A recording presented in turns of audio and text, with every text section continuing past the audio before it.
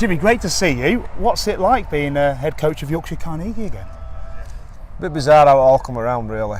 I obviously come back to the game, and I really enjoyed working with Brian Redpath last year and the coaching team we had, and I just think we're really relaxed. I could relax into it and not to worry about what the head coaches need to worry about. And obviously the chance came along, and I didn't take it immediately. Sat back and thought about it, and just thought about the last time I was here and how much I really enjoyed it, and what a great bunch of lads we had that last time we were here. And if I could replicate that, then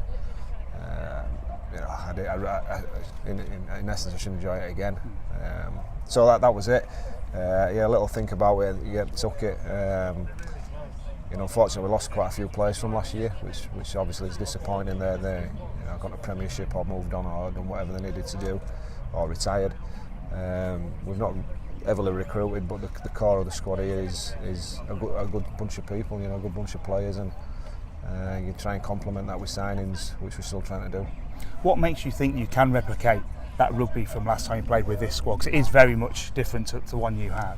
Absolutely, and you have to accommodate that. You have to look at that as well and adapt a little bit. The thing with the last lot, they were so willing to try things, which doesn't mean this lot are. We've worked on some stuff there, but you've got to work really hard on that stuff and make them comfortable with that. The bunch they had last time were. They were just so flexible in what they do. They were so relaxed about it. And, if we wanted to throw the ball around in our 10, then right, we'll have a go at it, and see what happens. And sometimes it works, sometimes it doesn't. It didn't, but we've got some good senior players here. I want them to control a lot of the stuff. I'll look after that, but I've got to sell that. I've got to sell my ideas to these guys and make them comfortable. And you can only do that. You can do that through training, but only in games. Once they get comfortable with it in games, hopefully we can have some really good mixed rugby. You were experienced head coach last time you took the job, but then you went away to Bradford Bulls. You've come back here and obviously worked as kind of a tax coach. How much have you changed? Have you changed in the time away to this time around? Massively. Yeah, massively. I learnt a lot of not so good stuff there with Bradford.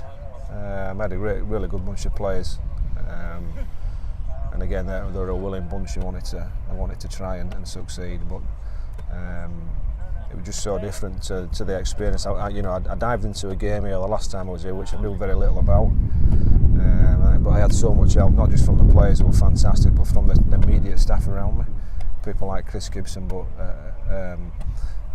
Gary Everington's support last time I was here was very good, and the difference that going to Bradford and sort of not having that and coming back here, and again sort of slotting into that, the people around are very important. So I've changed a little bit in my philosophy and how the game, how I want little skills to be applied. But I'm all about playing rugby. I'm all about just the challenge and not being so black and white. And you don't have to do this. Who says you have to do this? Let's try this. Which was so good about the players that I've worked with, even at Bradford, but last time I was here, they were willing to have a go at it, and try it. And like I say, I've got to sell that. I've still got to keep selling that to this bunch here. But they are a good bunch, and I'm sure when we're playing and we start throwing stuff at them, they'll have a go at it. Obviously, that relies an awful lot on your halfback service as well. So who are your 10s this year? Because obviously there's been a lot of change there with Joe Ford going. Callum Irving's coming as well, hasn't he? I got a young bloke. I seen him. My lad went to Harrogate as a young bloke and played there, and this was before he could drive. So just used to go and watch. Obviously, take him over and watch them train and watch a few of their games. And there were a young kid there that's at 10 who just had a little bit about him. Anyway, I left and he moved on and went to play for I think it was Ionians but I never, he was always on the radar. When I come back last year, we had a bit of a look at him and people were talking about him. So the opportunity for him to come on board was, it opened the door for him. So obviously lacks a little bit of this top end experience. I've got Al Davis who will move into 10 for the time being.